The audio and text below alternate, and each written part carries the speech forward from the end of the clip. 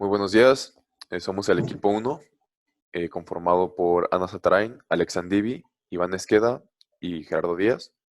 Vamos a presentar sobre los diferentes métodos que investigamos para conseguir energía. Durante las últimas décadas, el uso de combustibles fósiles, como el petróleo, ha sido excesivo. Estos métodos son muy contaminantes, por lo que han dañado muchísimo a nuestro ecosistema y pues al planeta en general. Pues como consecuencia de esto, el mundo ha tenido que tomar nuevas medidas y se ha visto obligado a buscar nuevos métodos de obtención y nuevas formas de generar energía que sean renovables y que no sean dañinas al medio ambiente.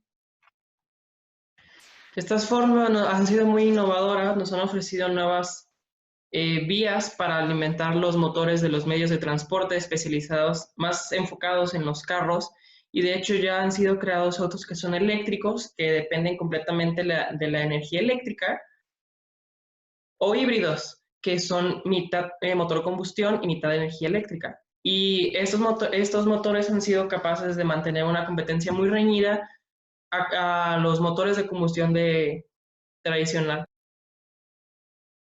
Debido a los altos avances, los motores eléctricos tienen 4 opciones para generar la energía necesaria para el movimiento del automóvil, las cuales son las celdas galvánicas, las celdas de combustible, los paneles solares o celdas fotovoltaicas y el dispositivos termoeléctricos.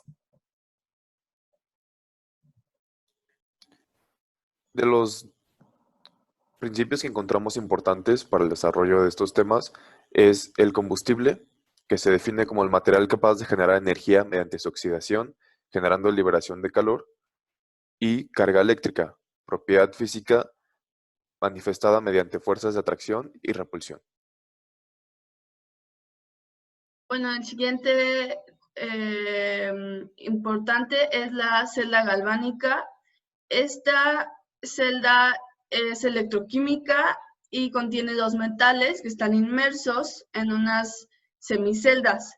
Estas generan una reacción tipo redox y generan potencia para generar electricidad.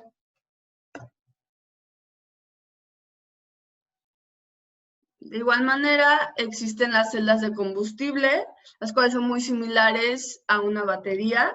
Estas generan electricidad por medio del uso de elementos químicos. Generalmente se utiliza el hidrógeno y el oxígeno, donde el hidrógeno es el que actúa como combustible.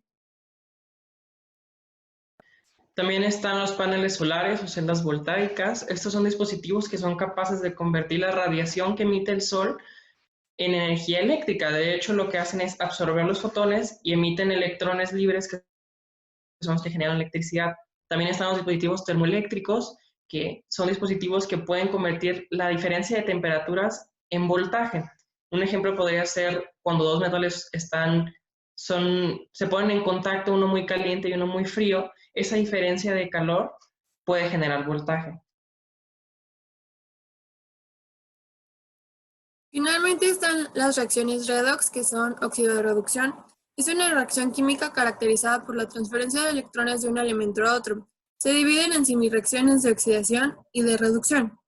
En el caso de las reacciones redox, se tiene un agente oxidante, que es aquel que genera la oxidación dentro de la reacción y es el elemento que usualmente da electrones.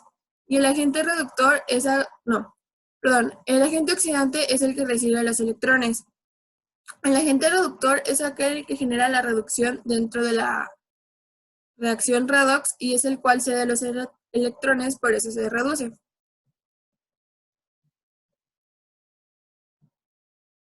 Adentrándonos más en los diferentes conceptos, comenzamos con la celda galvánica.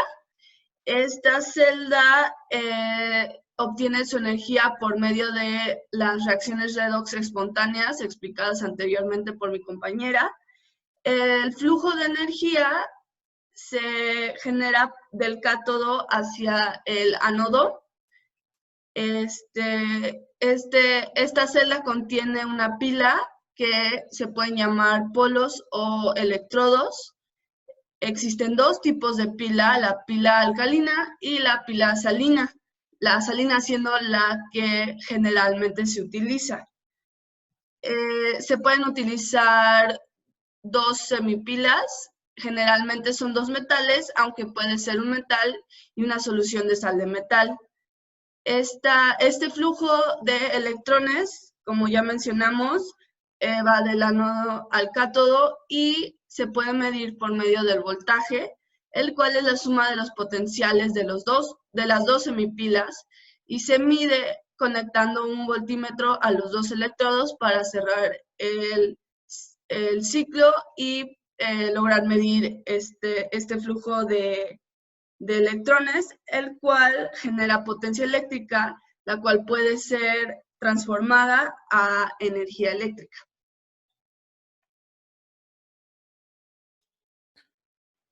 Ahora con las celdas de combustible, que estas generan energía por medio de químicos, esto siendo el oxígeno y el hidrógeno, pero estas dependen de combustible donde se puede utilizar gas metano, metanol, etanol, gasolina o diésel y otros varios.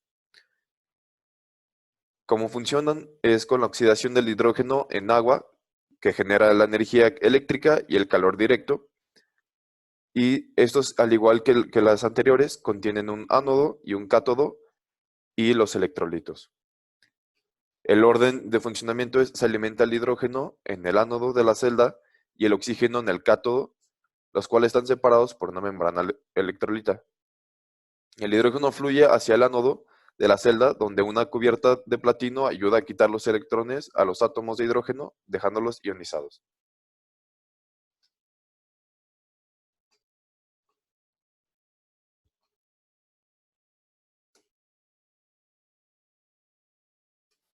Luego están los paneles o celdas voltaicas. Como mencioné anteriormente, son los dispositivos que son capaces de convertir la radiación emitida por el sol en energía eléctrica.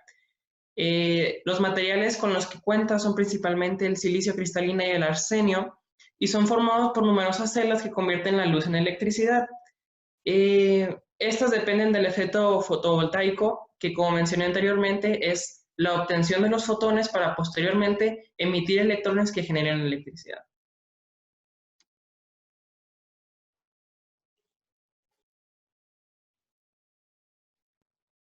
Bueno, pasando a los dispositivos termoeléctricos, es la unión de dos diferentes materiales, entre ellos está el metal y un subconductor. Se basa en el efecto termoeléctrico, como lo dice su nombre. Es cuando circula una corriente a través de un dispositivo termoeléctrico. El calor es transportado de un lado contrario del dispositivo. Funciona por medio del efecto Petrinier, que es el generador eléctrico. Los dispositivos termoeléctricos se basan en el hecho de que cuando son ciertos materiales calentados se genera un voltaje eléctrico significativo.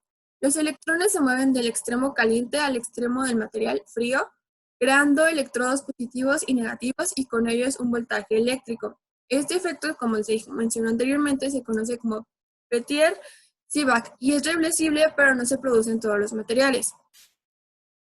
Se denomina como fenómeno termoeléctrico o termoelectricidad a tres fenómenos relacionados entre sí de Thomson descubierto por Lord Kelvin, que es el efecto Speck, el efecto Pettier y el calor de Thomson. El proceso de la termoelectricidad solo ocurre en ciertos materiales, como se mencionó anteriormente, especialmente los semiconductores. Y el problema fundamental es ser buenos transmitiendo el problema fundamental es que tienen que ser buenos transmitiendo la electricidad, pero no el calor. La solución a esto fue la incorporación de nanopartículas o nanocables en una matriz de otro material. Estas estructuras nanométricas interfieren con el flujo de calor, pero permiten fluir libremente la electricidad.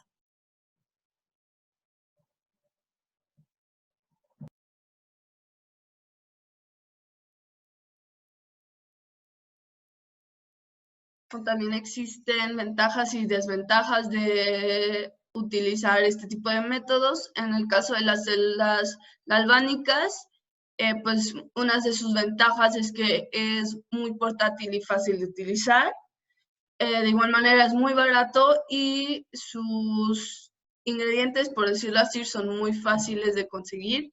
Sin embargo, tienen las desventajas de tener residuos tóxicos, los cuales tienen un tiempo de descomposición muy elevados, por lo que pueden ser muy dañinos para el medio ambiente.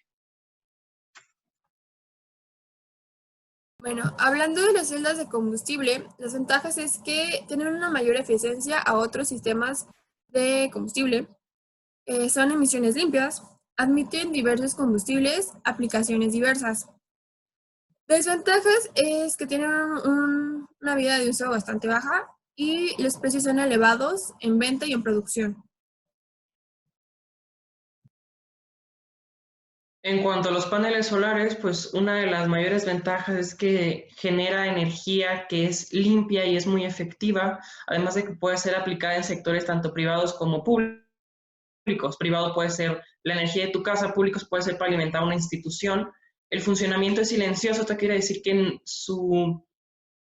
al momento de generar energía no hace ruido debido a que el proceso no es tan elaborado y no requieren de mucho mantenimiento. Pero una de las desventajas es que tienen pues un alto costo al momento de instalarse, además de que cuentan con materiales que pueden ser contaminantes si es que se desechan.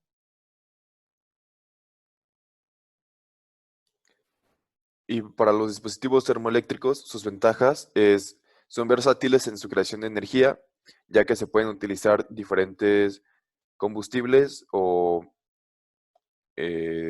maneras de llegar al resultado de su energía. Tiene una vida útil bastante larga, pero sus desventajas es el alto costo y su baja eficiencia en generación de energía.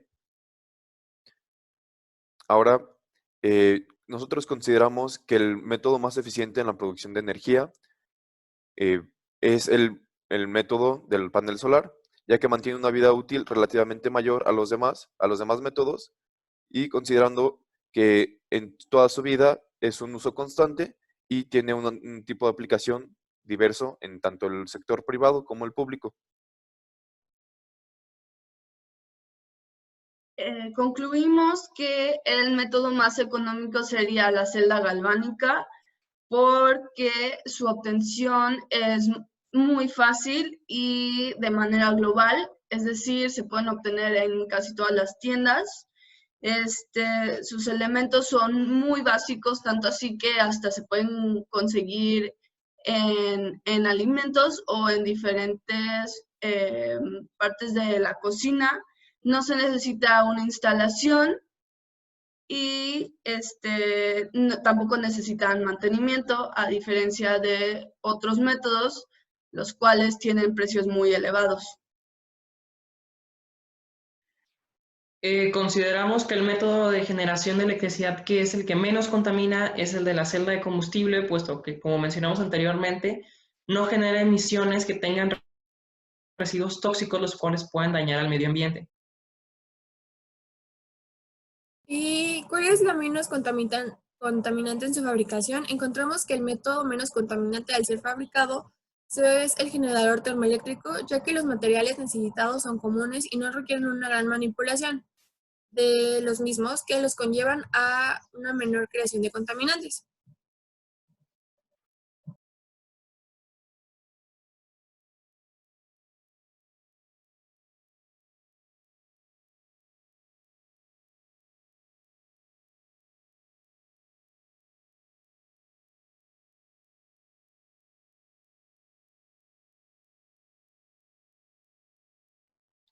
Bueno, ya como conclusión, pues pudimos darnos cuenta de que existen varias formas de generar electricidad que son mejores para el medio ambiente, sin embargo, también tienen sus desventajas. Siempre hemos visto las ventajas que tienen, pero generalmente no vemos las desventajas que pueden ser contaminantes, no al momento de usarse, pero sí al momento de producirse o al momento de desecharse. Y esto ha generado muchos impactos.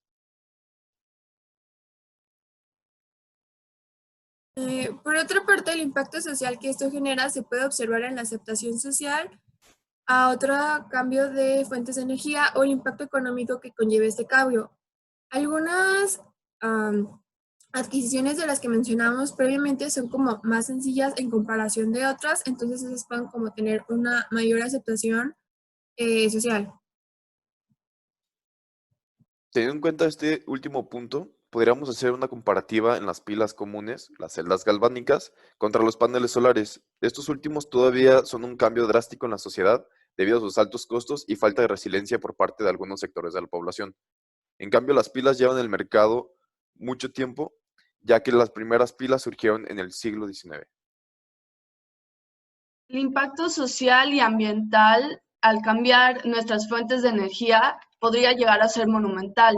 Sin embargo, depende de la resiliencia de las personas para continuar innovando y evolucionando estos mismos métodos para generar nuevos cambios.